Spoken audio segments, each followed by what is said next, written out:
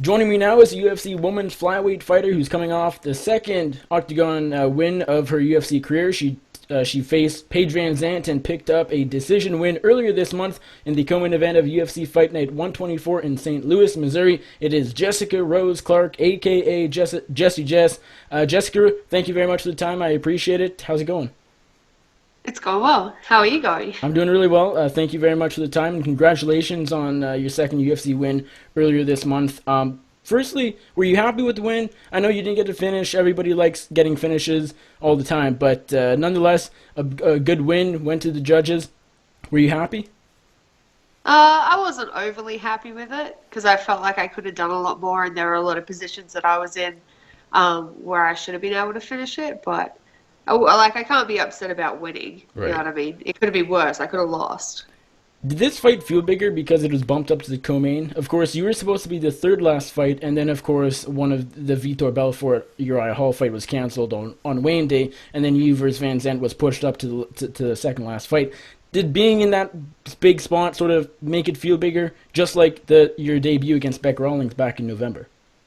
Um, Not really. Like, it didn't really make a difference. We still fought at pretty much the same time we would have fought at anyway. I think being co-main in my first fight kind of prepared me for that anyway. Although you did quite a bit of media. I mean, media day. Is it kind of not bizarre, but it must be nice sort of hopping right into all of this media, sort of being on the forefront of this, not being, say, on the Fight Pass prelims. Like, you've been on the main card both times, at media day both times. Has it been nice sort of being at the top from the get-go? Yeah, absolutely. Like, I love doing all the media stuff as well. So, just the fact that I get to kind of makes me happy. It gives me something extra to do in fight week.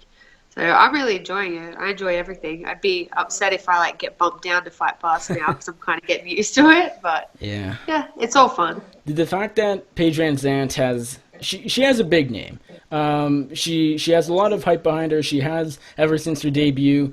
Did that, knowing that she has such a big name and a fairly large following, and getting past her, did that make the win just that much sweeter?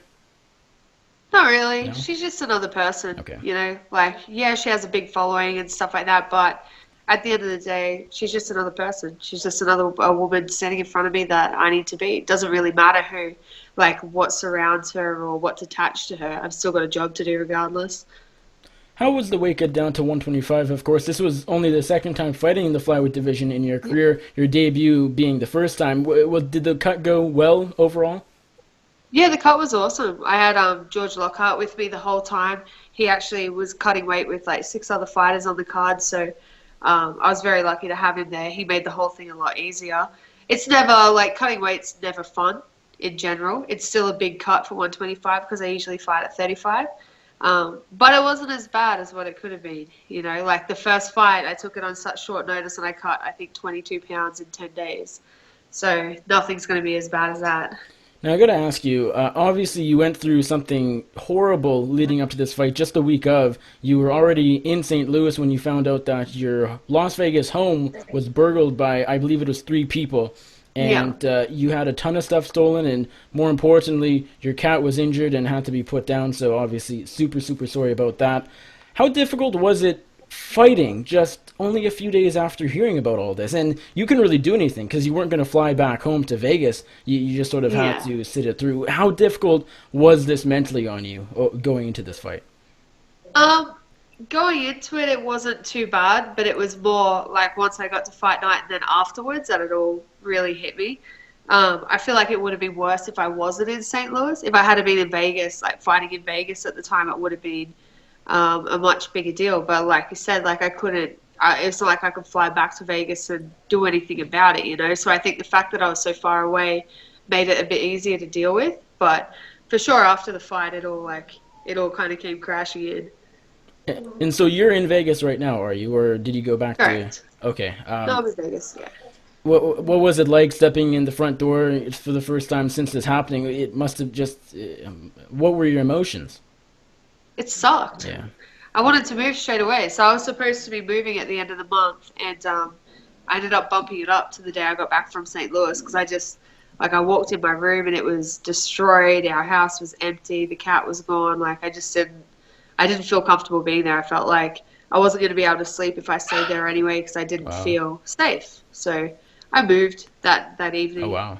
How did Yeah. that get hooked up so quickly? Because I know some usually it takes quite a while to get a new house, but I guess different circumstances will make it a bit quicker. I Yeah, think. well, I already had it. Like, I already had it organized for the end of the month. Okay. And I was lucky that like the tenant had already moved out, so it was kind of up to me when I.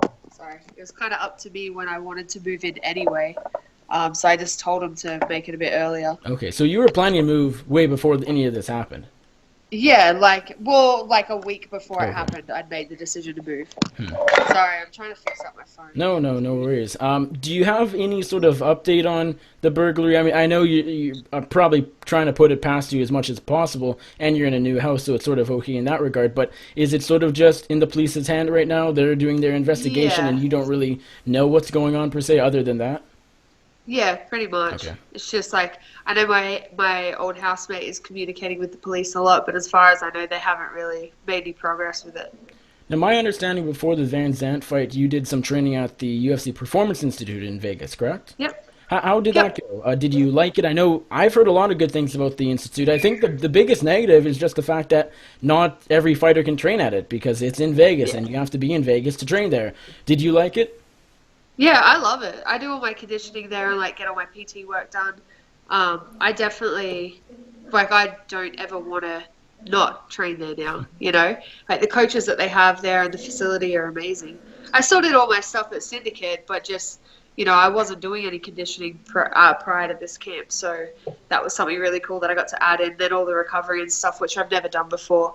It just makes it a lot better. So you did no conditioning for your entire career before this fight? No, Oh wow. not really. Like little bits and pieces here and there, but I always relied on just sparring for conditioning. And I still spar 4 times a week, like that's still my primary conditioning anyway, but just adding in a little bit of agility and athletic work has made my whole body feel a lot better. Right. Do you think that helped with the weight cut? Yeah, definitely. Okay. Definitely. Like, because we were working on that from the start. Like, obviously coming down from 35, my body's not used to cutting to 25 yet. So we had to do a lot of work kind of further out than what most people would have to. But like, especially for the last week or two, the guys at the Performance Institute were there with me every day helping me cut weight. Now, nothing is perfect in life. Is there anything that you didn't love about the PI that you think maybe it wasn't bad, but it could have maybe had some improvements? Anything you could think of? Not really. Like with anything, you get out what you put in, So I'm very selective about who I work with and the things that I do everywhere that I go. So I feel like I only got the best out of that place, but it's because, I chose what I wanted to do. Right. So. And so on social media after this Van Zandt fight, you of course are very active on social media, and I saw you post some screenshots, some very just rude messages you got, and you called them from crazy Paige VanZant fans, and Yeah. who knows? I mean, maybe they just don't like you, or maybe they love Paige VanZant. We don't know. They love Paige. Was that is that something you've experienced just as a person of a public figure that fights on live TV? Is that something you just had to go through your entire career, or was this a little eye opening? Was this like what did you think about all this? I've never experienced anything like that before. Not at all. I feel like my personality and the way I conduct myself makes it very hard for people to be negative towards me because I'm not negative towards other people, Sure. So that, for sure was the first time that I've experienced that. But at the same time, I'm 30 years old. I've been a lot of places. I've done a lot of things. I know how to deal with people being negative. And it's kind of easy, me not being a negative person, it makes it really easy to just laugh it off. And I think it's funny if people get that upset about something that has literally nothing to do with them. They're wasting their time. It's insane. No, it's true. I think you handle it well, though. Like you posting the screenshots on social media and calling Van Zant's fans crazy. I mean, ignoring it is another way, but I think sort of responding to it indirectly and sort of laughing it off as you did is another great way to handle it. Because if you end up replying to them and getting in a whole argument, that's not really what you want to do. I don't think. Yeah, well, I don't have the time to argue with people anyway. And, I can't change people's opinions. If they hate me because of something like that, then that's on them. Good for them. Do you now? Maybe a bit of an odd question. Do you feel like female fighters in general get more hate on social media than male fighters? I don't know. We for sure get a lot more like weird stuff. Right. But I feel like with the female fighters, for some reason, the fans feel a lot more emotionally invested. So maybe that's why it seems like there's Maybe. more hate because like people seem to take things really personally with the women, whereas with the guys, they're like, oh, he's just a douchebag fighter, you know. But with the women, it's like you say anything and it's a personal affront to the fans. So yeah, I don't know. It's weird. Yeah. Speaking of social media, you're very active on Twitter. And social media, you're always talking to fans and communicating with people who, message you and things like that. Is that just because you like interacting with your fans, or have you sort of realized over time that as a fighter, having a pretty large social media presence is going to do good things for you going forward as far as your popularity and things like that? Have you realized that, or you just like taking some time and talking to the people that support you? It's a bit of all of it. Like I understand. Like if people don't want to see me fight, then I'm not going to get the fights that I want anyway, and then I'm not going to get paid and I'm not going to be able to make a living off doing what I love. So I understand that the fans are a very big part of that because they're the ones that pay for the fights or they're the ones that, will petition to see you perform. So that's part of it. But at the same time, like I appreciate everyone who supports me because like every little bit helps, whether it's someone sending me replacement DVDs or it's, getting a nice message Right. about how much they like seeing me fight. And, every little bit helps. Like it helps with my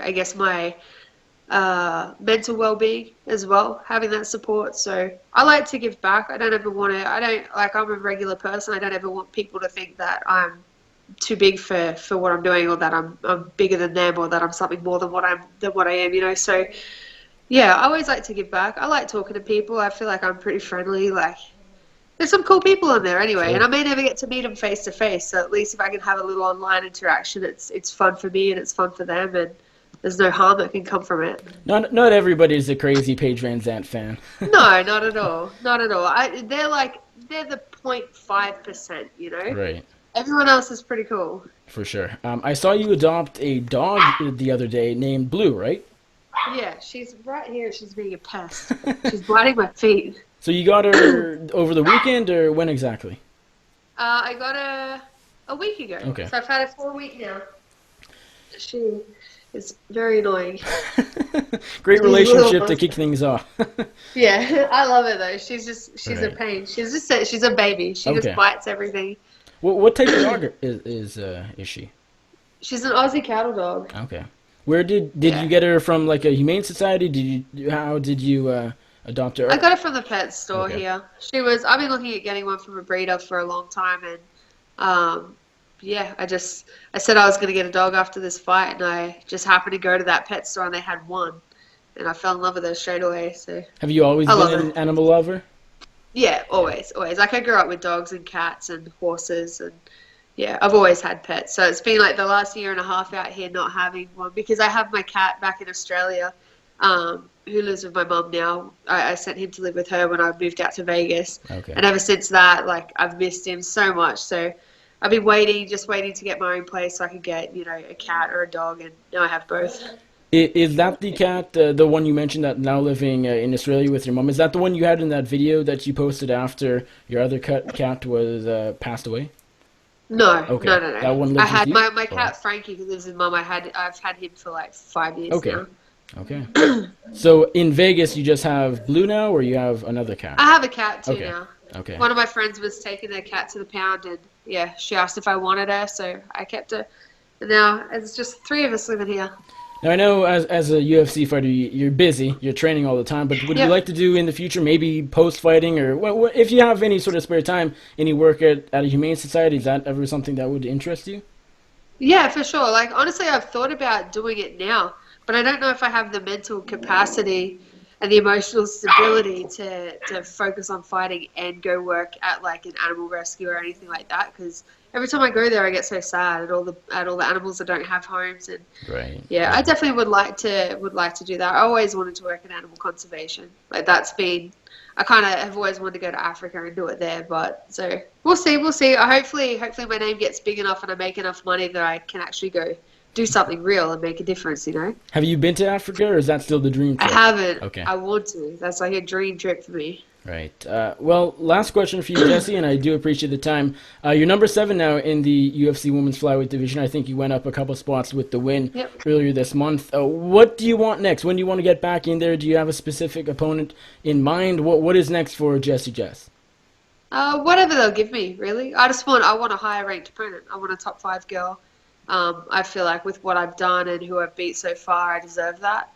And hopefully in the next 3 or 4 months, they'll give me something. You'll see, I just keep throwing little bits of bait out there and see what happens. All right. Well, Jessie Jess, thank you very much for the time. I appreciate it. Before I let you go, let my audience know where they can find you on social media if they're not following you already, and anybody you'd like to thank or give a shout out to. The floor is yours. Cool. Just everything: Instagram, Twitter, Facebook, and YouTube are all Miss Jessie Jess. And it's thank you to my manager, Daniel Rubenstein, for hooking everything up. He's the best. It's his birthday today. Yes, happy birthday to Daniel Rube. Yeah.